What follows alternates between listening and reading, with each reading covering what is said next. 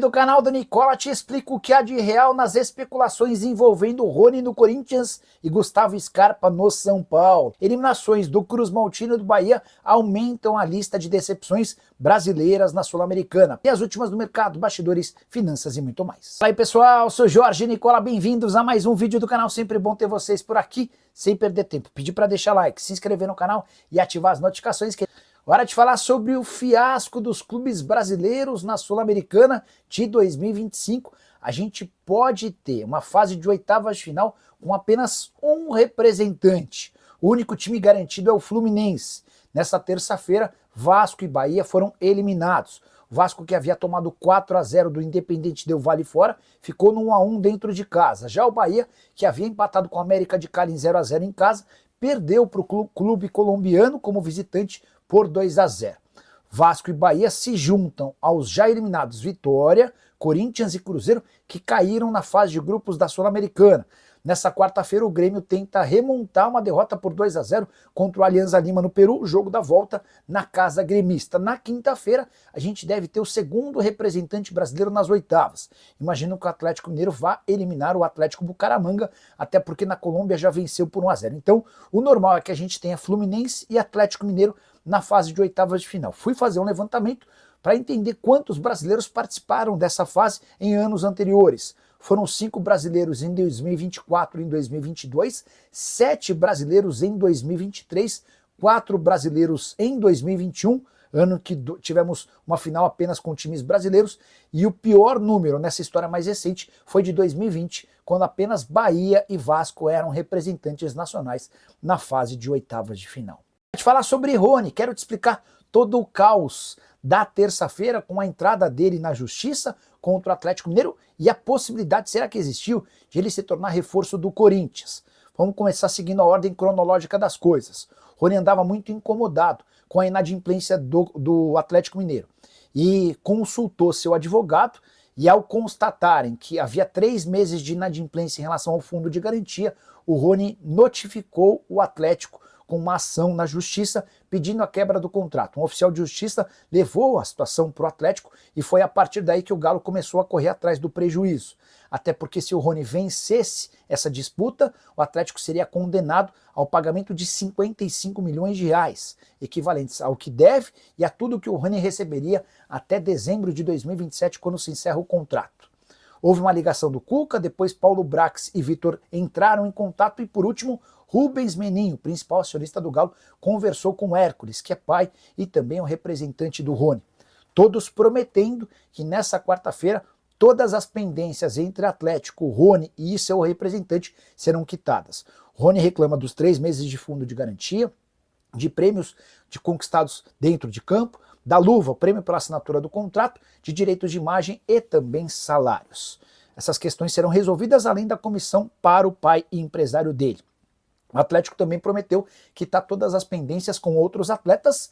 3 jogadores haviam entrado com notificações extrajudiciais contra o Atlético. Não é um processo na justiça, mas você avisa ao clube e dá um prazo para que ele pague em 48 horas, sob o risco de esses jogadores seguirem o mesmo caminho do Rony. Os 3 atletas que fizeram essas notificações extrajudiciais, Gustavo Scarpa, de quem vou falar daqui a pouquinho, Igor Gomes e Guilherme Arana. Pois bem, sobre Rony no Corinthians, Samir Carvalho, meu amigo e dono de um canal aqui no YouTube que cobre o Timão, chegou a afirmar na tarde de terça-feira, em meio ao caos por conta da notícia do processo aberto do Rony contra o Atlético, o Samir afirmou que o Corinthians era um dos interessados na contratação do atleta.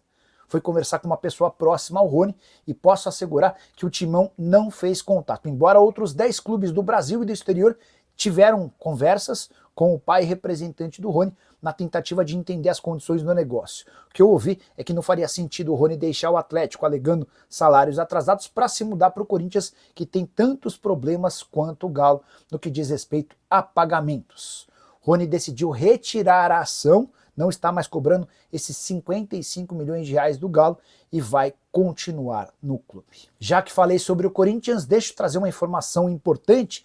Nessa terça-feira, a diretoria alvinegra enfim acertou a data para o pagamento do prêmio do Campeonato Paulista, que segue pendente.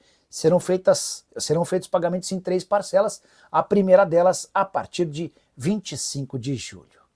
Bora falar agora sobre Gustavo Scarpa, que foi aquele que mais queimou o seu filme com toda a confusão vivida no Atlético nas últimas horas. Quero acrescentar também que o Scarpa foi acompanhado bem de perto pelo São Paulo. Posso assegurar que no tricolor o Scarpa seria visto como uma grande contratação. Pois bem, primeiro quero falar sobre a situação do Scarpa no Galo. Ele é apontado por dirigentes e também por homens do departamento do futebol como o grande articulador de toda essa rebelião, que quase culminou numa debandada de jogadores do Atlético. Desde a semana passada, quando eu informei sobre 2 reuniões entre jogadores e dirigentes, era o Scarpa o mais revoltado com a falta de pagamento e de cumprimento das promessas que haviam sido feitas pelo Atlético. O Scarpa levou o caso para uma notificação extrajudicial, embora não tenha tido a mesma coragem do Rony de procurar a justiça. Diante desse cenário, tenho certeza que ninguém no Galo vai admitir, mas o Scarpa perdeu, queimou o filme com dirigentes. Ouvi até que um dos acionistas cogitou a possibilidade de pedir a negociação do Scarpa para que ele saísse do grupo e não fizesse mais parte do elenco. A tendência é que exista uma composição, especialmente a partir da quitação de todas as dívidas que estão pendentes. O pagamento deve começar a ser feito a partir dessa quarta-feira. Onde é que o São Paulo entra nessa história? Em meio a todo um noticiário de ações e notificações, São Paulo foi avisado de que o Scarpa estava cogitando deixar o Atlético. E o Scarpa é muito bem avaliado pelo pessoal da comissão técnica e também pela diretoria. A única chance de o São Paulo levar essa história adiante é se o Scarpa conseguisse a rescisão do contrato via justiça, até porque ele já fez 14 partidas no atual Campeonato Brasileiro e somente via justiça que ele poderia estar autorizado para jogar em outro clube nacional, mesmo tendo ultrapassado o limite de 7 jogos no campeonato. No fim das contas, com a promessa do pagamento das dívidas, a tendência é que o Scarpa continue por lá e abra mão dessa ação na justiça, o que inviabiliza qualquer possibilidade de transferência pro tricolor. Ah, só mais uma.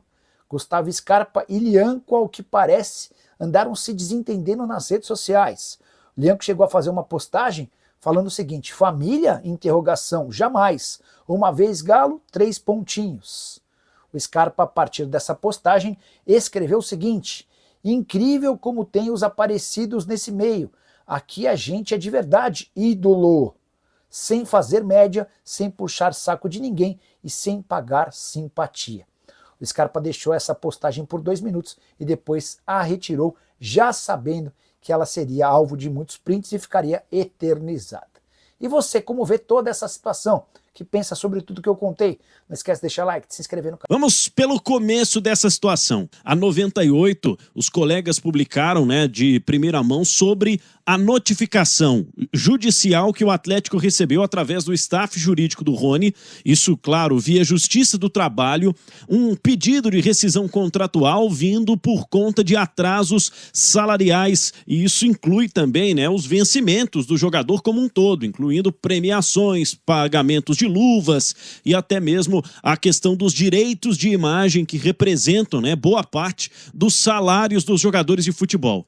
Essa notícia estourou como uma bomba na cidade do Galo e pegou inclusive algumas pessoas de surpresa. Em primeiro momento, obtivemos a informação de que o Rony sequer desceu para o campo para treinar com o restante dos jogadores. Mas, um pouco mais tarde, o CSO do Atlético, Paulo Brax, conversou com o repórter Henrique André ao vivo no Jornal da Itatiaia à noite. E aqui no apito final, vamos trazer a palavra de Paulo Brax, que confirma: Rony e seu staff jurídico retiraram a ação judicial e a expectativa é de uma conversa, um acordo para definir o futuro do jogador, se no clube ou não. Paulo Brax fala aqui no apito. Que a gente teve hoje um dia com um momento conturbado, mas que, pelo que fizemos aqui em relação a essa notícia da ação do Rony até o momento, eu posso dizer para todos que a ação está sendo retirada, que não há nenhum tipo de demanda trabalhista em desfavor do Atlético a partir de amanhã de manhã.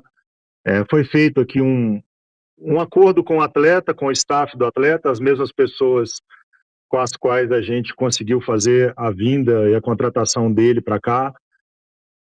Tá tudo certo, não tem nenhum tipo de problema, não tem nenhum tipo de litígio.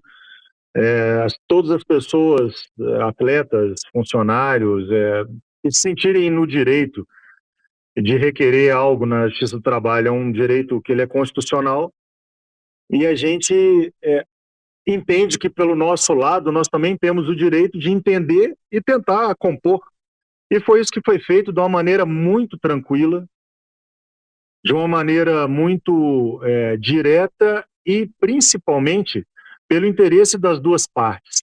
Nem sempre uma demanda judicial significa briga. Uma ação, seja ela na justiça desportiva ou na ação na justiça comum, ela não necessariamente é um rompimento de relação. Isso não aconteceu. Então a gente entrou aqui em um acordo, não tem outra ação na justiça. Eu sei que hoje o dia foi de muita notícia falsa, assim, que a gente até foi procurado aqui pelos próprios atletas, pontualmente, um a um, dizendo por que isso está acontecendo, porque estão colocando o nome dos jogadores que teria entrado na justiça contra o Atlético, mas isso não tem nenhuma procedência. A gente recebeu uma notificação hoje. São notificações extrajudiciais, né, Brax? Que é diferente de ação judicial, é bom deixar isso claro. Não, mas notificação extrajudicial, Henrique, elas acontecem até por um costume de departamentos jurídicos, de notas emitidas, às vezes de comissionamento, de luva. Isso é corriqueiro. Notificação extrajudicial é basicamente um e-mail. Agora, processo, ação, demanda, a gente teve hoje só essa, que rapidamente está estancada. Esse momento conturbado está estancado, não tem nenhum tipo de pendência grande com os jogadores. CLT está rigorosamente em dia. A imagem, nós temos um dia de atraso. Premiação está em dia. Fundo de garantia está em dia. A gente tem um desarranjo em relação a algumas luvas que vão ser resolvidos pontualmente, e a gente passou isso para os jogadores. É isso aí, então, torcedor do Galo. Quero sua opinião aí sobre essa possibilidade de saída dos jogadores principais aí do elenco via justiça, né? O Galo já conseguiu recorrer aí sobre a situação do Rony, né? O jogador retirou aí a notificação que fez, querendo receber os seus vencimentos todos, né? E acabar sendo desligado do Galo, assim como os outros jogadores também, que foi noticiado, né, que iriam fazer essa ação na justiça, mas não teve essa situação. O Galo corre aí contra o tempo, então, para poder cumprir com as suas obrigações de acertar os salários dos jogadores.